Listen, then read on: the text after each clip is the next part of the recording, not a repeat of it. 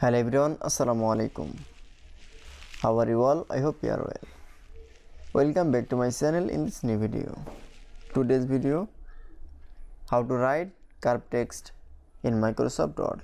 So let's started. At first, open your Word document file. In this video, I will show that write curved text. Now write a text. Then select from the right. Then select from the text. Now going to the insert button option, then click on the WordArt option, then insert.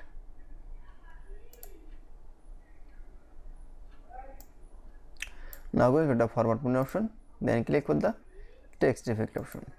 Now click on the transform option. Now click for a and curve option.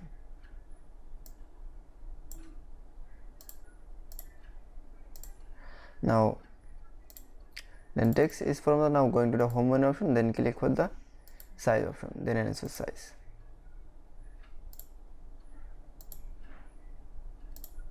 That is. Then I show write curved text in Microsoft Word is very easily. I hope to enjoy the video. Please like, comment, share and subscribe my channel. Thanks for watching my video.